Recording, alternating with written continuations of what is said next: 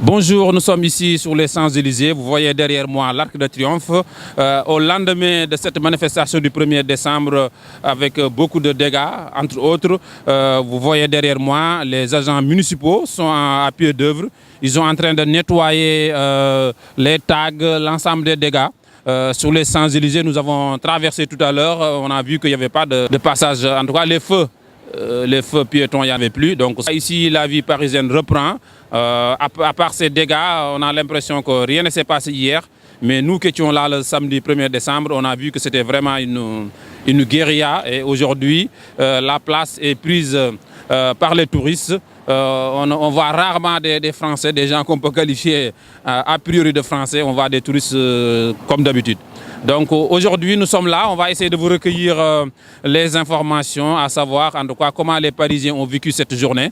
Nous essaierons aussi de donner la parole aux Français pour leur demander de nous dire est-ce que selon eux, il y a un malaise français? Est-ce qu'il y a aussi, depuis l'arrivée de Macron, des conséquences réelles, concrètes sur leur vie au quotidien? Donc voilà, nous sommes là. On va essayer de vous faire ça avec notre confrère El Hadj Ndiaye via IK News. Je m'appelle Raymond Menu. Quel est votre avis par rapport à ce qui s'est passé ce week-end? Je trouve que c'est désolant et je trouve que les forces de l'ordre ont eu quand même beaucoup de difficultés pour annuler l'action des manifestants. Okay. En fait, ce matin, j'ai eu une phrase de Macron qui a dit qu'il ne va pas, franchement, la justification de tous ces actes qui se sont passés hier. Comment vous jugez ces propos de Macron? Je n'ai pas entendu la phrase, donc je n'ai pas d'avis sur ce qu'il a dit. Mais je trouve que, évidemment, c'est quand même très regrettable tout ce qui s'est passé. Voilà. Et maintenant, qu'est-ce que vous préconisez au gouvernement pour pouvoir gérer cette crise? Je ne préconise rien du tout parce que je n'ai rien à préconiser. C'est à eux de voir ce qu'il faut faire pour calmer les esprits. Mon nom, c'est Monique. Madame Monique, est-ce qu'on peut avoir votre avis sur ce qui s'est passé hier ce week-end à Paris? Je trouve ça scandaleux. Je les comprends. Je pense que Macron doit faire quelque chose. Et qu'est-ce que vous préconisez au gouvernement de Macron depuis son arrivée au pouvoir? Je voudrais qu'il soit un peu plus pour le peuple et un peu moins pour les riches. Et hier, il a déclaré qu'aucune cause ne justifie cette violence. Votre avis? Mon avis, effectivement, aucune cause, mais il faudrait qu'ils se remettent en question. Mais concrètement, qu'est-ce que vous leur préconisez pour pouvoir sortir de cette crise? Qu'ils fassent des réunions avec les syndicats, pour le peuple, qu'ils demandent l'avis au peuple. Parce que ce n'est plus possible. Je pense qu'il est pour les riches. En fait, il prend l'argent toujours aux pauvres et toujours dans la classe moyenne. Et comment vous sentez votre situation depuis son arrivée au pouvoir? Depuis son arrivée au pouvoir, mon pouvoir d'achat baisse. Je suis retraitée. Il a baissé les retraites. Voilà. Donc non seulement les retraites n'augmentent pas, mais il prend sur le pouvoir d'achat, il augmente tout et toujours sur les mêmes personnes. Est-ce qu'il y a en fait une crise de confiance entre le pouvoir et le peuple? Oui, il y a une crise de confiance. On lui a fait confiance et alors je ne sais pas s'il tient ses promesses, mais en tous les cas, il est pour les riches. Il est très imbu de sa personne, excusez-moi, mais bon. Et il y a une crise de confiance, oui, pardon. Mais par contre, normalement, il a fait quelque chose de positif quand même. Je ne sais pas. Je ne vois pas de positif, sauf pour les riches. Merci beaucoup. Je vous en prie. Jean-Étienne. Alors, quel est votre avis sur ce qui s'est passé ce week-end? Je trouve ça scandaleux. Scandaleux parce qu'on est dans le même état qu'eux, mais ça ne nous viendrait pas à l'idée d'aller casser tout ce qui se trouve à côté, ni rien du tout. Donc à mon avis, ils ont carrément perdu la boule, quoi. Donc ça veut dire que vous êtes avec M. le Président qui vient de déclarer ce matin qu'il n'y a aucune cause qui justifie ces actes qui se sont passés ce week-end. Ah non, qu'on détruise des... on vient de passer dans la rue d'à côté, là. On voit des voitures, des gens qui ce matin devaient peut-être partir au boulot pour aller gagner leur SMIC et ils n'ont plus de voiture. Donc c'est complètement ridicule quand on se dit défenseur des gens qui ne gagnent pas leurs sous et tout ça, on ne leur casse pas leur outil de travail, quoi. Mais maintenant, qu'est-ce que vous préconisez au gouvernement pour pouvoir sortir de cette crise? Ben, moi, je préconise pas au gouvernement, je préconise aux Gilets jaunes, c'est de s'organiser pour pouvoir aller discuter après d'homme à homme. Mais quel est votre avis depuis l'arrivée de Macron au pouvoir? Oh là, j'ai pas d'avis particulier. On l'a élu pour réformer, il essaye de réformer. Il n'y arrive pas toujours, c'est certes, hein, mais bon, c'est tout. Hein. Laissons-lui le temps. Il faut laisser le temps au temps. Donc selon vous, franchement, il est vers la bonne direction, quoi, en fait? Ben, il fait au moins ce qu'il a promis de faire. C'est-à-dire, il a promis de réformer, il essaye de le faire, pas toujours à juste raison, pas toujours avec la méthode, ni rien du tout.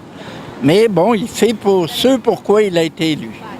Maintenant, quel appel faites-vous pour pouvoir, à l'endroit des Gilets jaunes? Ben, faut que ça se calme. Hein. Ça se calme, sinon ceux qui les soutiennent comme nous, dans une semaine ou deux, s'ils recommencent, ils n'auront plus aucun soutien. Hein. Est-ce qu'il y a en fait une crise de confiance entre le régime et le peuple? Absolument, ça c'est indéniable. Mais bon, ce truc-là, ça va se résoudre si on s'écoute, si on se parle, si on décide des choses ensemble et tout, quoi. C'est pas ni l'un, ni tout l'autre. Mais est-ce que vous n'avez pas l'impression que les Français sont assez exigeants quand même?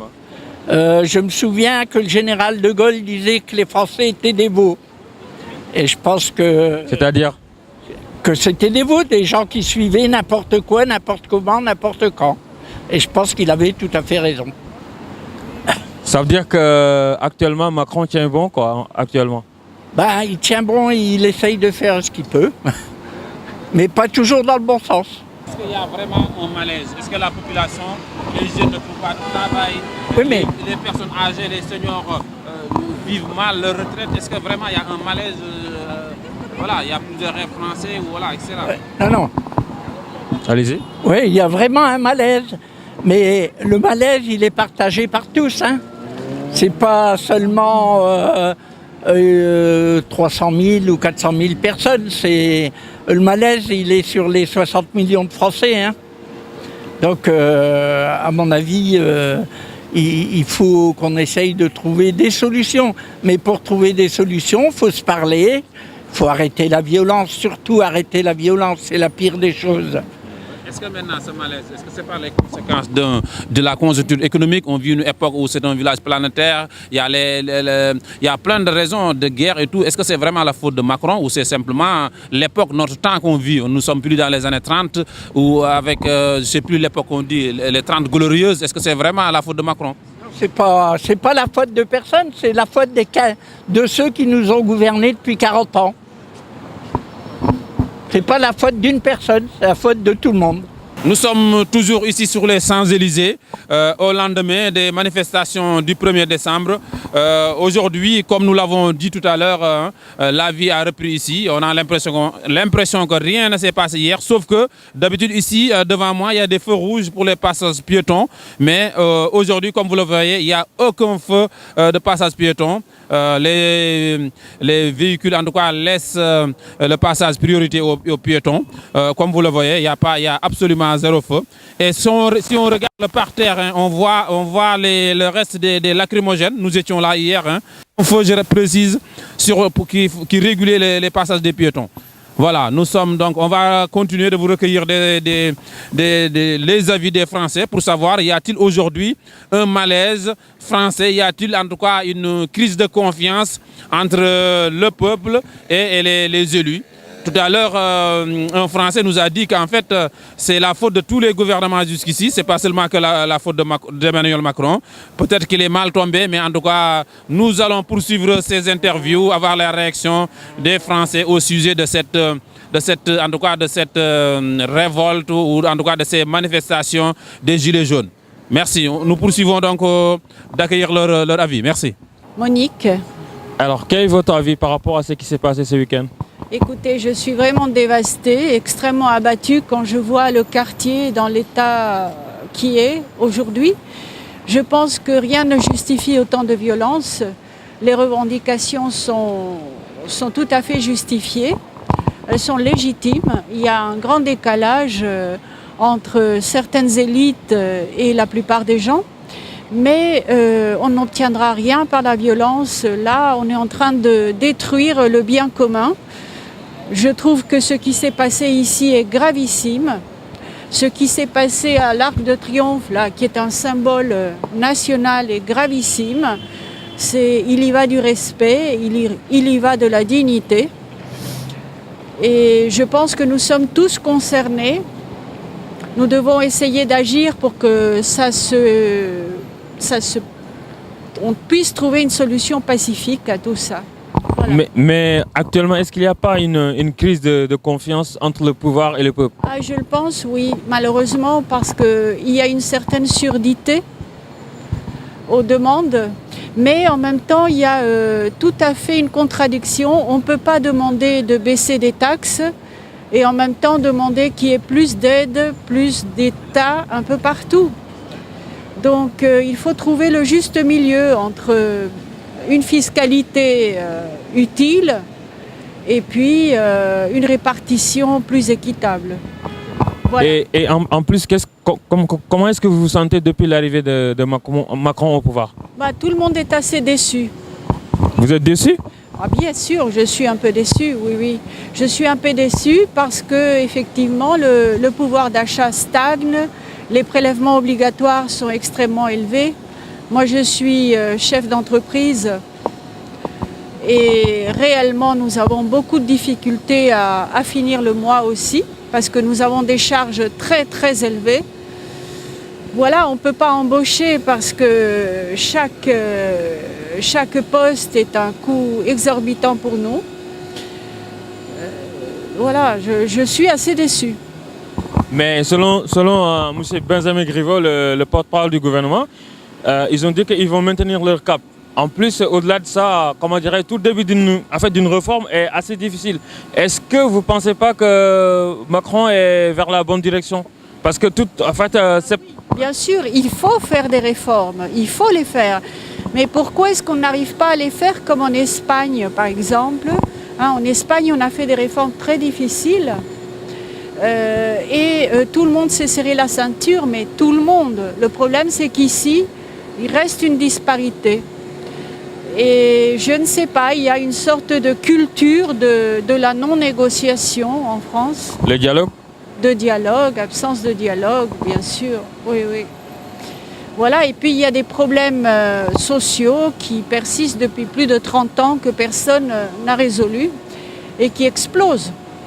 Mais en tant que chef d'entreprise, qu'est-ce que vous préconisez au gouvernement pour Une baisse des charges. C'est indispensable que les prélèvements se réduisent pour qu'on puisse avoir de la marge, pour qu'on puisse travailler sereinement, pour qu'on puisse embaucher.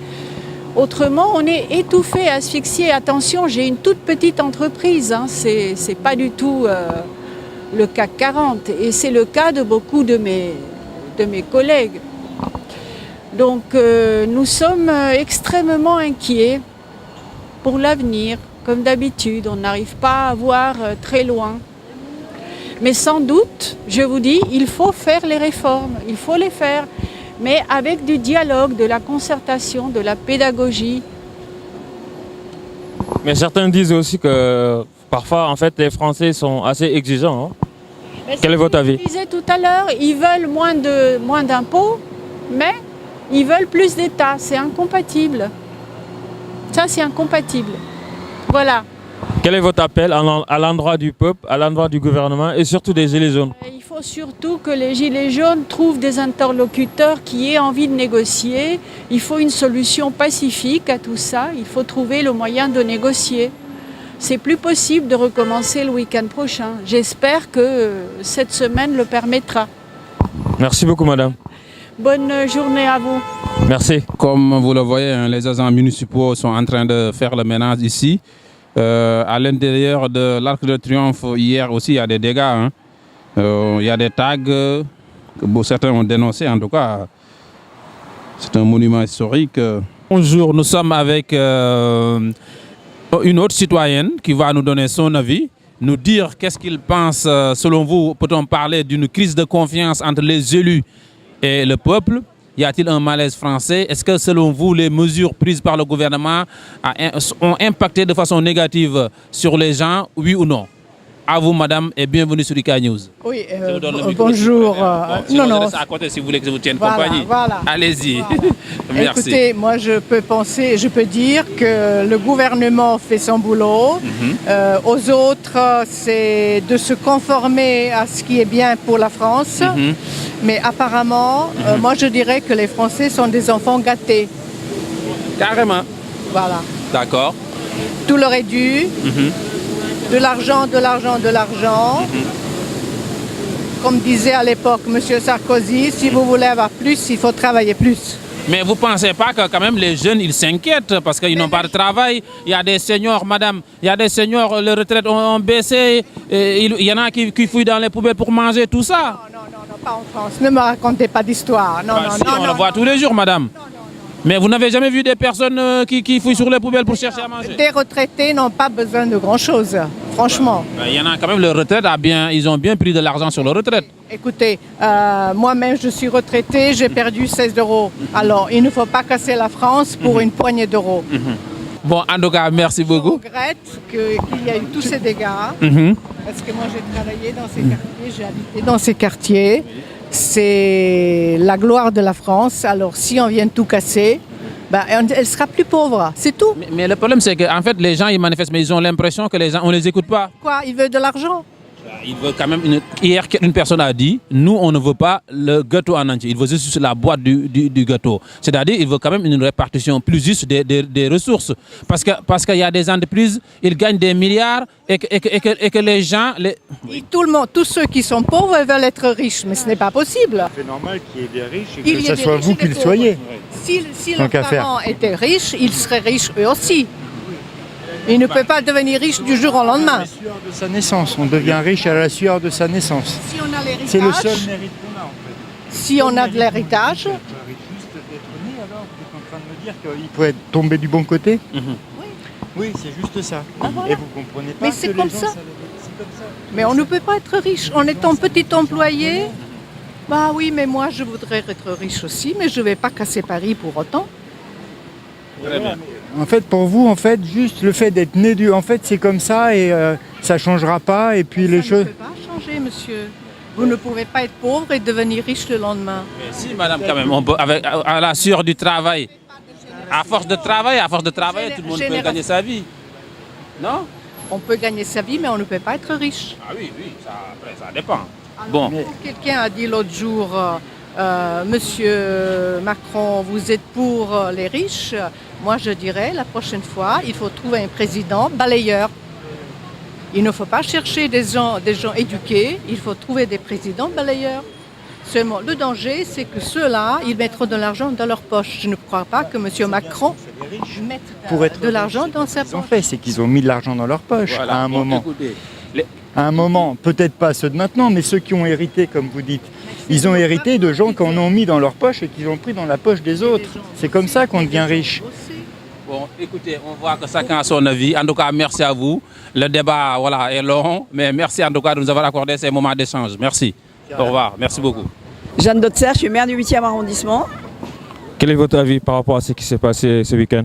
Ben, on est très choqués, traumatisés, bien sûr. Ce qui s'est passé, surtout là, on va aller visiter l'Arc de Triomphe. Ils ont profané l'arc et le symbole donc de la France, c'est le soldat, donc le tombeau du soldat inconnu. Et ils ont uriné. Voilà, donc on trouve que c'est inadmissible. Bon, voilà, donc à part d'être choqués et scandalisés par cette situation, que voulez-vous? Mais en tant qu'autorité, qu'est-ce que vous préconisez pour qu'on puisse sortir de cette crise? Eh bien, autorité et pas autorité, parce que je ne suis que simple maire d'un arrondissement. Et l'autorité, c'est le président de la République, son gouvernement, le ministre de l'Intérieur, le Premier ministre. Donc c'est à eux de se mettre autour d'une table et d'écouter les gilets jaunes et leurs revendications. Et quel appel faites-vous aux gilets jaunes? Alors, responsabilité et... Aux gilets jaunes aussi, en plus aussi aux peuples français, de façon générale. Alors, de façon générale, évidemment, les revendications sont légitimes. Donc maintenant, il faut que chaque personne et chaque manifestant soit responsable. Voilà, donc revendications, oui, mais pas de casse et pas de violence et surtout pas de dégradation. C'est-à-dire que tout ce qui a été dégradé, le mobilier, les commerces, les immeubles privés, ça n'apportera strictement rien que de la défiance déjà donc, des Parisiens, des Français. Quand ils voient tous à la télévision toutes ces images, ça n'est pas du tout bon pour leur mouvement, vous voyez ? Voilà. Et un petit mot pour les touristes? Eh bien, les touristes sont toujours les bienvenus. On fera tout pour que la sécurité soit présente et le gouvernement le fera. Moi, en tant que maire du 8e arrondissement, avec tout ce périmètre-là, nous le ferons.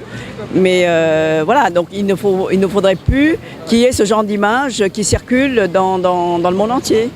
Merci beaucoup. Merci à vous. Nicolas Duro. Tout à l'heure, on vous avait en train d'interpeller Madame la maire du 8e arrondissement. Oui. Je lui ai apporté. Est-ce qu'on peut avoir l'objet de votre discussion? Mais, le même sujet d'inquiétude que tout le monde, c'est-à-dire le débordement et le déraillage autour du phénomène des gilets jaunes que personne n'attendait maintenant. Vous faites partie des gilets jaunes? Je me sens représenté par leur courant parce que je suis papa solo. Parce que je travaille avec des contrats à durée déterminée courts à hauteur de 250 par an pour faire vivre le parc d'attractions parisien. Je ne vous cache pas que j'en ai marre d'entendre parler toujours nos élus et nos représentants avec des termes de maman solo dans le champ lexical de la famille, parce qu'il existe aussi des hommes et que ceux-là se sentent beaucoup plus oppressés dans le milieu professionnel que les femmes, et on sait déjà, Dieu sait déjà ce que c'est que d'être dans cette situation-là. Moi je viens de sortir. Mais comment vous avez vécu le week-end là? Ce qui s'est passé ce week-end? J'étais à 8h15 et j'ai bouffé du gaz lacrymogène sur la place, et j'ai bouffé du gaz lacrymogène comme tout le monde. Je n'avais aucune intention malveillante. Mais selon M. le Président Macron, il n'y a aucune cause qui justifie, comment dirais-je, ce qui s'est passé ce week-end. Il n'y a aucune cause qui justifie ça? Il a dit qu'il n'y a aucune cause qui justifie la violence envers les forces de l'ordre, aussi les édifices publics. Je dis comme lui. Il n'y a aucune cause qui justifie la violence et les dégradations. Par contre, comme dans toutes les crises et comme dans toutes les révolutions, il faut savoir identifier les symboles. Moi, j'ai eu du mal à rentrer chez moi hier, j'ai eu très peur. Et ce que j'ai pu constater, c'est que des banques ont été dégradées et que des pharmacies ont été dégradées et que certaines enseignes de la restauration ont été dégradées. Ce sont trois symboliques qui, derrière ça, identifient un mal-être et une injustice d'un point de vue général. Le domaine pharmaceutique où le recours à certains travailleurs dans certaines professions où ça devient difficile de trouver du personnel, ou la gestion économique en règle générale, redonne cette identification sur les atteintes aux biens des personnes. Maintenant, quel appel faites-vous par rapport à l'endroit du gouvernement actuellement? Moi, je fais un appel clair au gouvernement pour, si ce n'est avoir des personnes qui sont déjà identifiées comme légitimes à être les représentants d'autres, entendre des personnes qui depuis des années connaissent certains sujets. Je parle donc des situations de parents solos et je parle de la place de la permittence dans l'activité professionnelle, dans le milieu économique et notamment au sein de la capitale, qui fait en sorte qu'à présent les gens qui faisaient tourner le parc d'attractions parisien ne sont plus en moyen de vivre ici pour continuer à le faire tourner s'ils ont les recours à aux grandes lignes que M. Pierre Gattaz a écrit depuis 18 mois avant de se retrouver à la tête de l'Europe dans son domaine. Un appel pour le calme aussi. Absolument, absolument.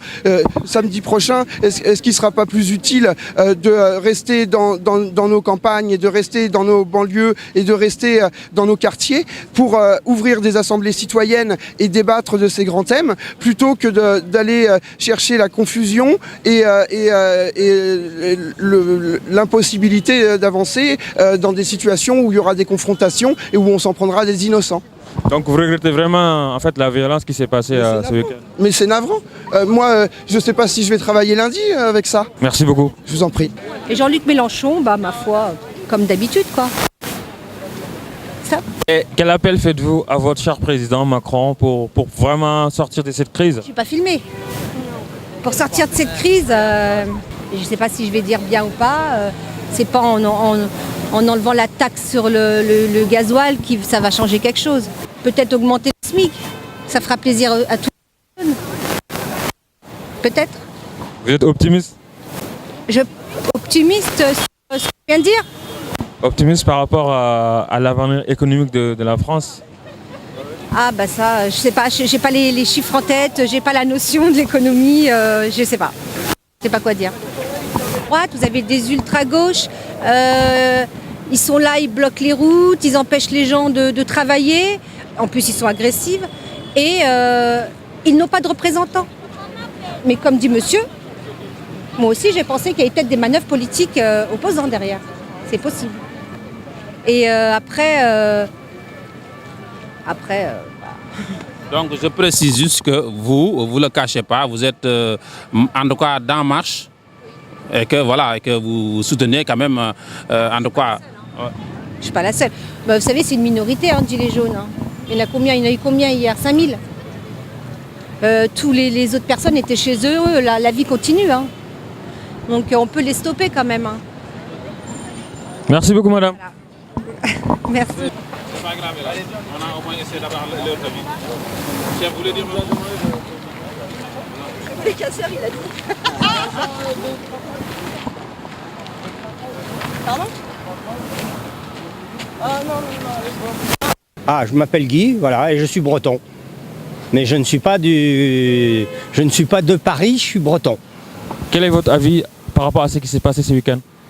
C'est dommage que stratégiquement, on dise qu'il faut laisser faire les casseurs. Et ça, il y a quelque chose qui politiquement me dérange. Parce que les vrais gilets jaunes, ils n'ont pas envie de casser. Je les côtoie en province, je les supporte.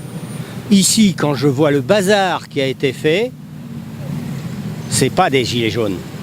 C'est des gens qui en profitent. Ils pillent les magasins, il n'y a qu'à voir la gueule des magasins là jusqu'à la porte Maillot là. Et tous les dégâts qui ont été faits. À part ça, voilà. Mon opinion, je comprends les gens qui manifestent parce que c'est des taxes tous les jours, c'est des taxes tout le temps. Quand vous regardez que les assurances, elles ont augmenté, que ce soit pour les maisons, les voitures et autres, 3 à 5%.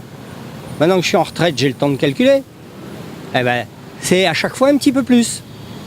Mais les retraites et le reste, et les salaires, ils bougent pas, eux. Par contre, tout le reste bouge. Mais en plus. Donc vous êtes d'accord avec Monsieur le Président Martin que en fait il n'y a aucune cause qui justifie la violence qui s'est produite sur Paris ce week-end? Non, je pense que la violence ne se justifie pas et elle n'était pas la volonté de ceux qui sont venus manifester. Du moins, c'est mon avis. Maintenant, il y a ceux, à chaque fois et à chaque manifestation, il y a ceux qui en profitent. C'est dommage que stratégiquement, on estime qu'il est préférable de les laisser faire sur certains magasins. Voilà. Maintenant, quel appel faites-vous à l'endroit du gouvernement, mais en même temps aussi, on dirait, en fait, du gouvernement et en même temps aussi des Gilets jaunes. Quel appel faites-vous actuellement? Les Gilets jaunes continuent éventuellement à vous manifester, mais virez les casseurs, puisque vous êtes suffisamment nombreux pour virer les casseurs. Ne soyez pas, parce que la population va vous détester si vous cassez. C'est pas le but de la manœuvre. Maintenant, le gouvernement, écoutez-nous de temps en temps. Descendez un peu de votre piédestal. Il y a du monde en bas. Il y a du monde qui vit. C'est la France. Et qui en a assez de la République des copains. Hein? Il n'y a qu'à voir la nomination du consul de France à Los Angeles au mois d'août. C'est Monsieur le Président qui a nommé ça tout seul. Bon, il n'a jamais été consul de sa vie, mais il a fait un bon bouquin pour Monsieur Macron. Voilà. Donc ça, c'est des petites choses, tout ça, dont on parle peu, bien sûr, mais qui sont la réalité. Voilà. Donc, Monsieur Macron, descendez un peu de votre piédestal. Il y a la population française. Il y a des imbéciles qui bossent. Il y en a qui foutent rien, bien sûr, mais il y a des imbéciles qui bossent. Il y en a qui ont pris leur retraite aussi. Et des imbéciles comme moi qui ont pris leur retraite, comme ils étaient profession libérale avant, on va leur prélever plus que je ne vais toucher au mois de janvier et février. Parce qu'avant, on ne peut pas s'en mêler. Donc on a intérêt à avoir des réserves. Maintenant, quel est votre avis sur la politique économique de Macron? Mais il a peut-être de bonnes idées.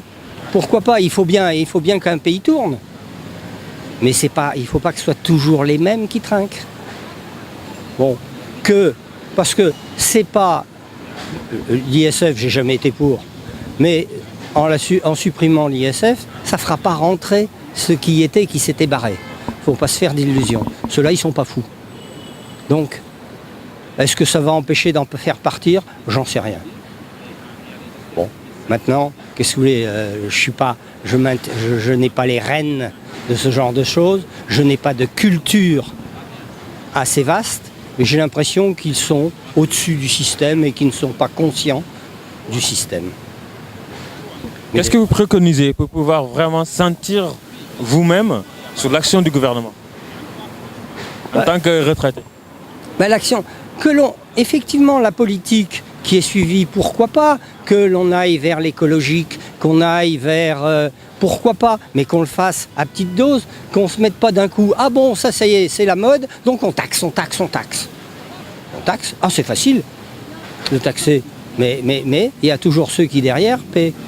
Voilà, et c'est dommage, parce que ça on s'en fout. Voilà, alors effectivement, il y a des tas de choses à faire depuis le temps, mais il y a peut-être des choses à faire de façon progressive, de façon à ce que ce ne soit pas toujours les mêmes qui supportent ça. Et c'est ça le problème. Et c'est pour ça que les gens viennent dans la rue. Parce que quand vous avez une retraite d'autour d'un millier d'euros, faire les courses, c'est pas évident. Parce que tout augmente. Tout augmente. Sauf le pouvoir d'achat, bien sûr. Merci beaucoup. Je vous en prie, monsieur.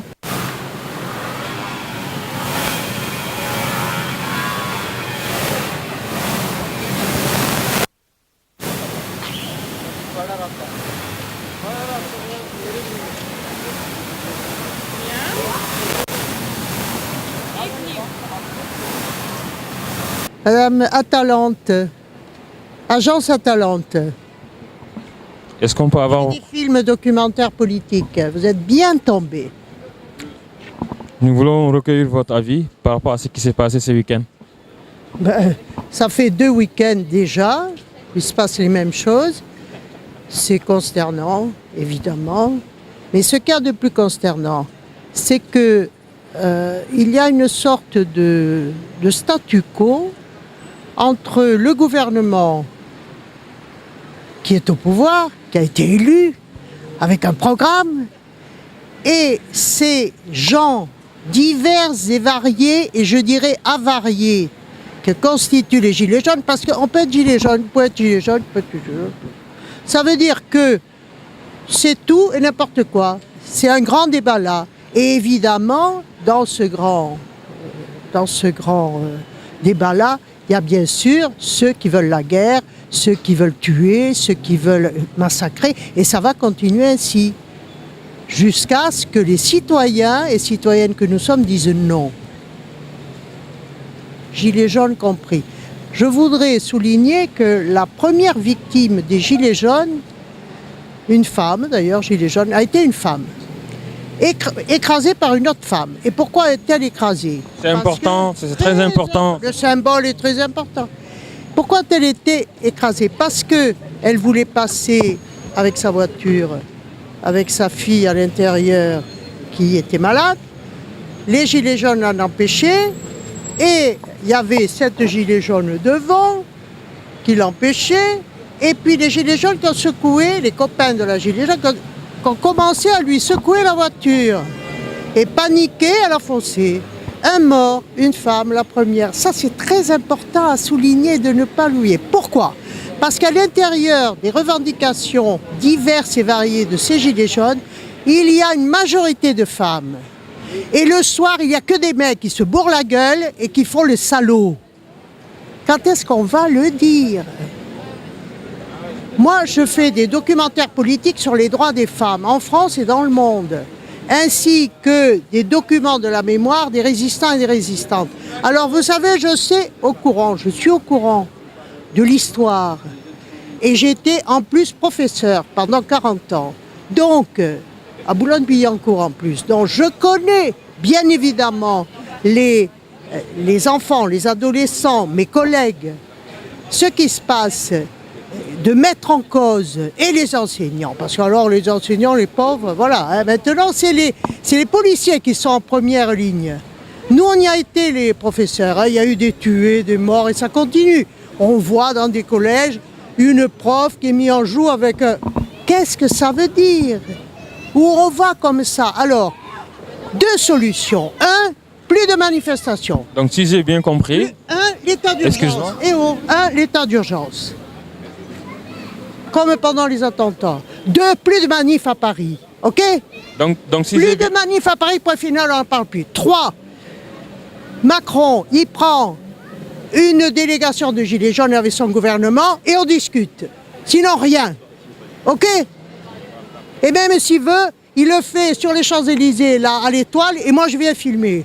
Donc si j'ai bien compris, ça veut dire que vous êtes... Voilà ce qu'il faut faire. Et il faut arrêter de tortiller le cul pour chier droit.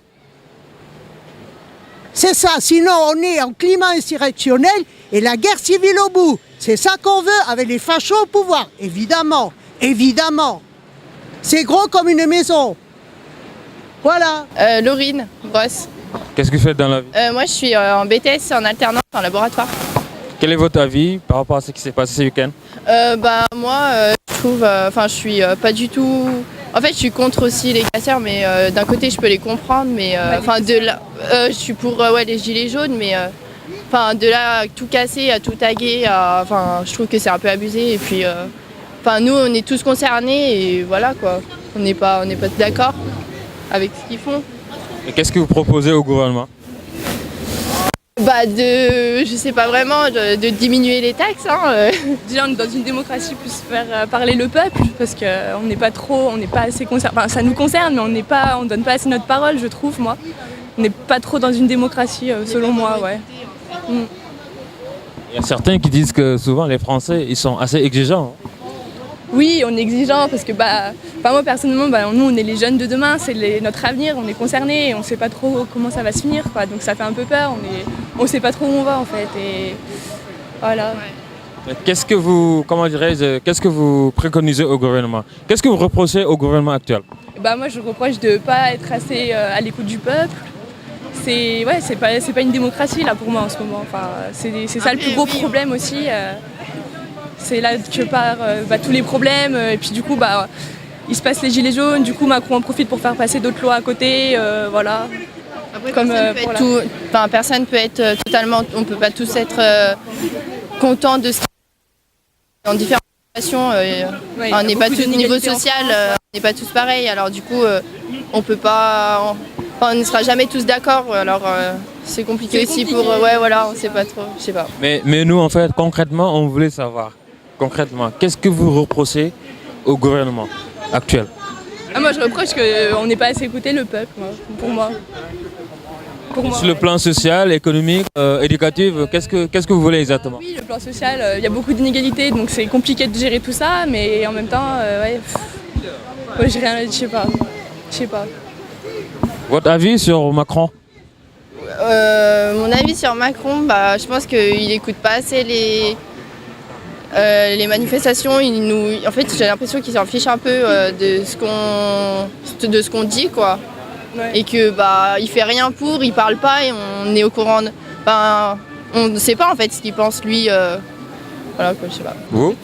Non, rien, c'est bon. Vous n'avez pas un avis sur le président?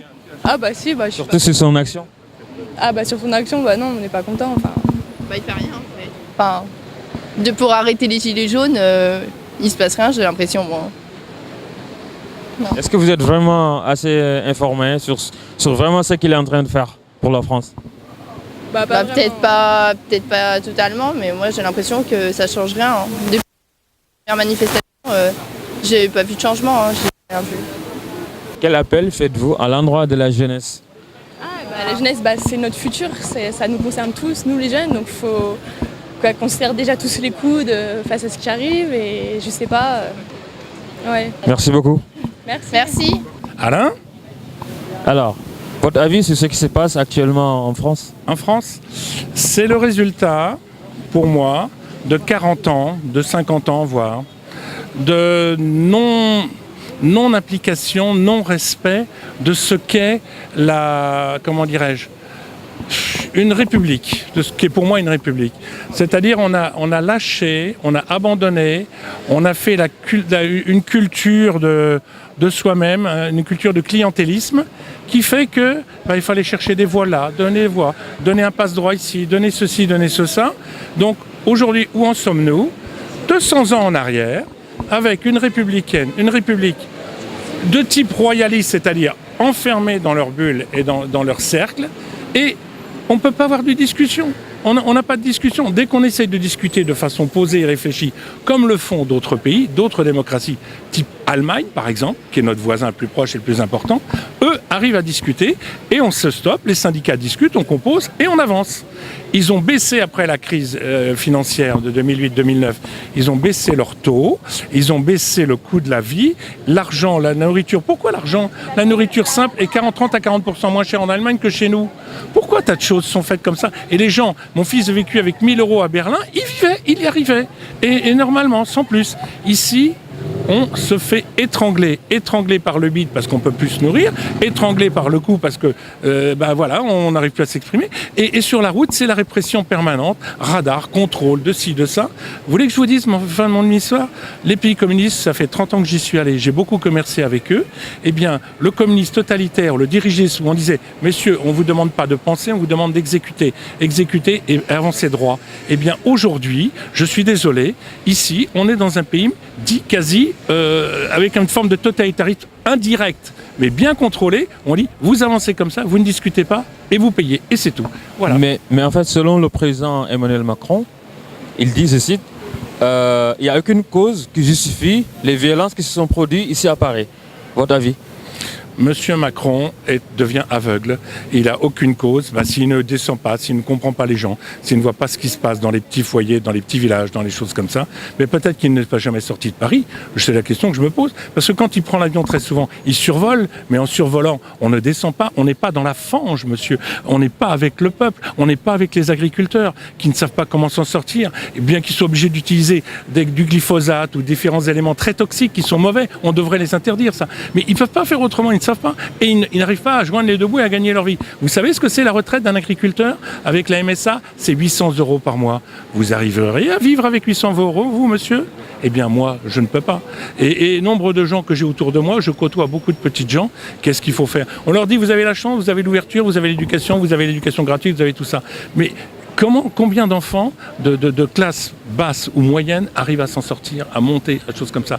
Les places sont réservées, elles sont données, elles sont octroyées. Non, monsieur, on tourne en rond, on tourne en rond. Donc aujourd'hui, c'est une forme de réaction de la population qui s'approche d'une forme révolutionnaire. Mais ça ne justifie pas quand même la violence. Mais la violence, monsieur, quand l'expression ne descend pas dans la rue, qu'est-ce qui se passe en Afrique quand l'expression descend dans la rue? C'est la violence qui réagit, et la violence sauvage, non contrôlée, sans limite. C'est les massacres, c'est les génocides, c'est très classique en Afrique. Eh bien ici, je suis désolé. Mais c'est pas qu'en Afrique aussi. Non, mais en Afrique, en Amérique du Sud, dans d'autres pays, bien évidemment, en Asie. Mais ça existe pas partout. Oui, mais si ça vient et si ça monte partout, c'est que justement, c'est pas normal que les populations riches, il nous faut des riches, parce que les riches engendrent quelque chose.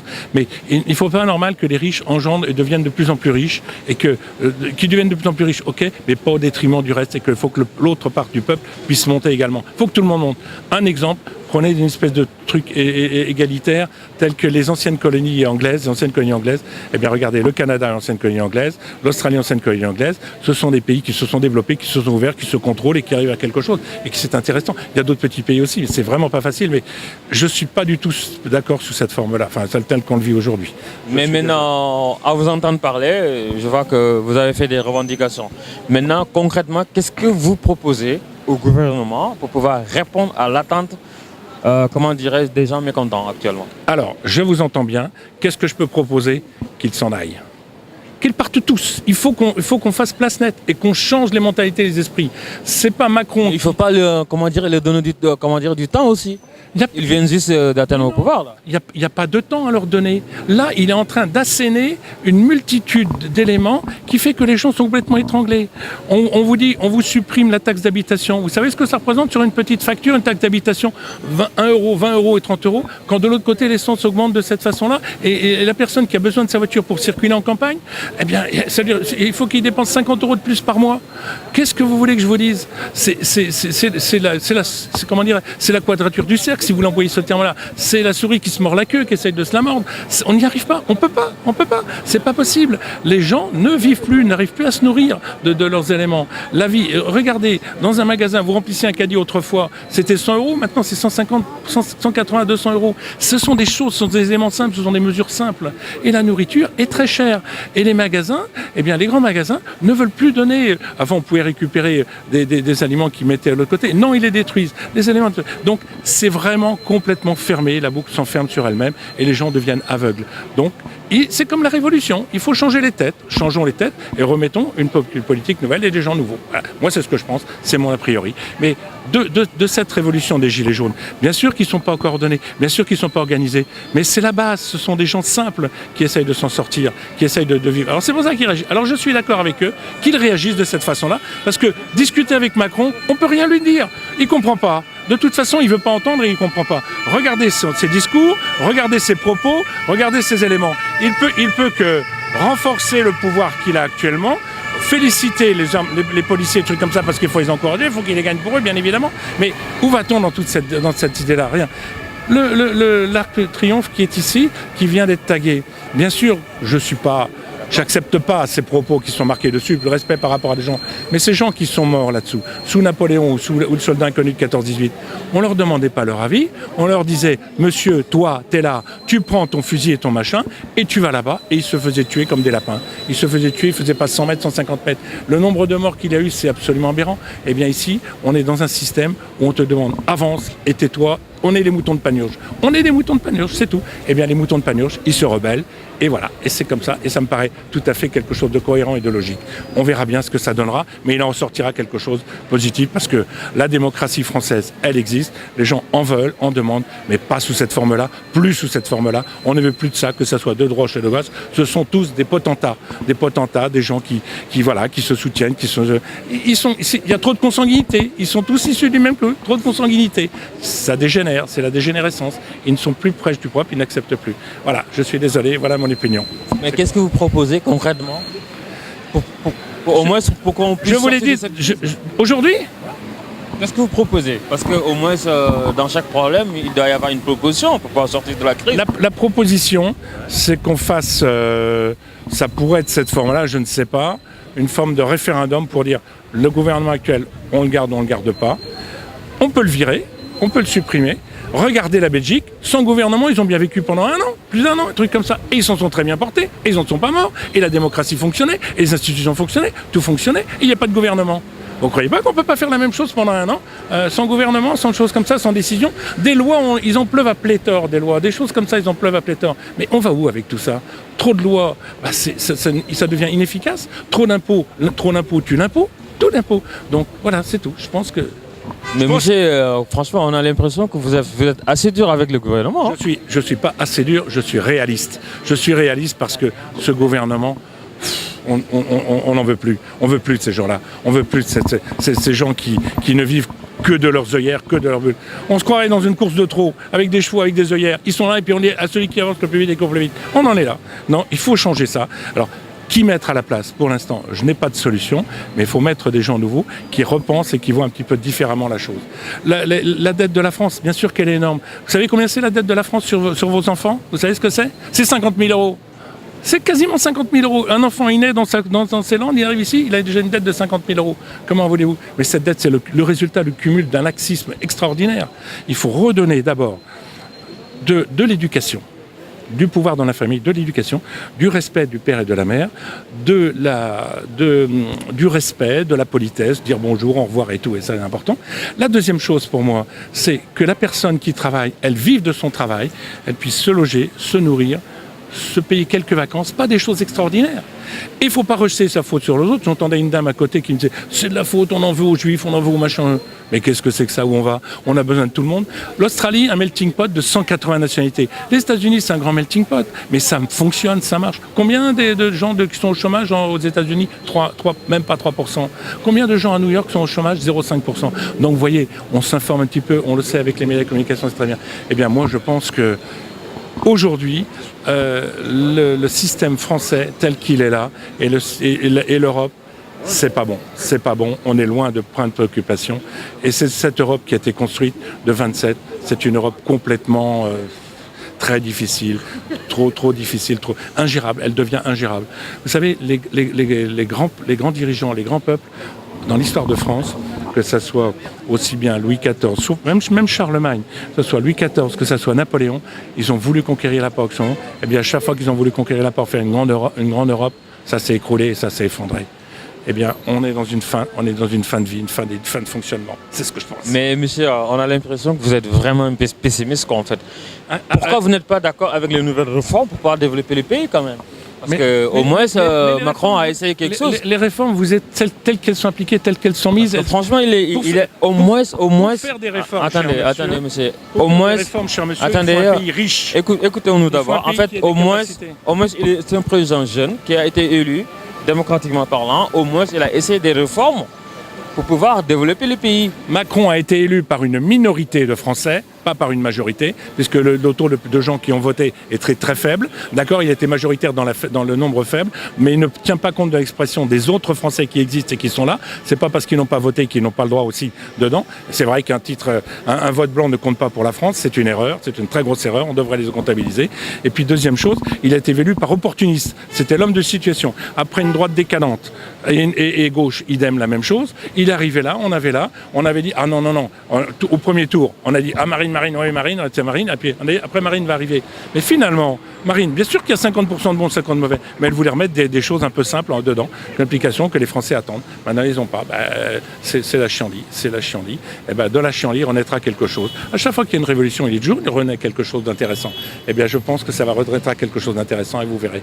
Et que ça fonctionnera. Mais là, tel que c'est fait, c'est pas possible. On peut pas faire, on n'a pas le droit, on ne fait pas mourir les gens ne vont pas le mourir de faim. Il faut qu'ils élèvent, il faut qu'ils payent leurs factures, il faut qu'ils nourrissent leurs enfants et tout ça.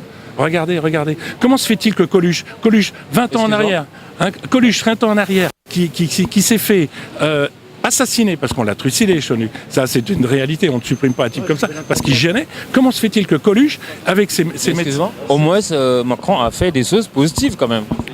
Ben, j'en vois pas beaucoup.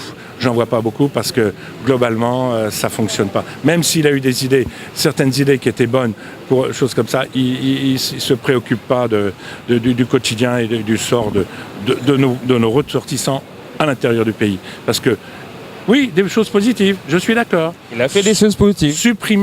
Supprimer la CSG pour les gens les plus aisés et taxer de plein de petites choses pour les gens les moins aisés qui sont obligés de subir ça et payent. Donc d'un autre côté, il fait un cadeau de 3,5 milliards, d'accord, et de l'autre côté, il taxe pour 5 ou 6 milliards sur les carburants, sur tous ces éléments-là et tout ça. Voilà, c'est tout. Non, et puis dire, changer de trottoir, prendre l'expression changer de trottoir pour trouver du boulot. Est-ce que ça veut dire ça? Aujourd'hui, qu'est-ce que ça veut dire? On n'est pas dans les années après-guerre. Jusqu'à présent, on détruisait la planète. Tous les 50 ans, une grosse guerre. On déprisait, on mettait tout par terre et on reconstruisait. Facile. Donc aujourd'hui, il faut apprendre à gérer. Eh bien, Macron, je suis désolé, il ne sait pas gérer. Lui, Macron, vous voyez comment il analyse la France? Vous voyez comment il regarde comme un bilan. Son bas de page, il regarde en bas de page et en bas de la page, il dit là, c'est négatif. Là, c'est pas bon. Bon, crac, on supprime ça, on enlève ça, on fait ça. Voilà. Il gère la France comme un papier, comme un bout de papier, comme un technocrate.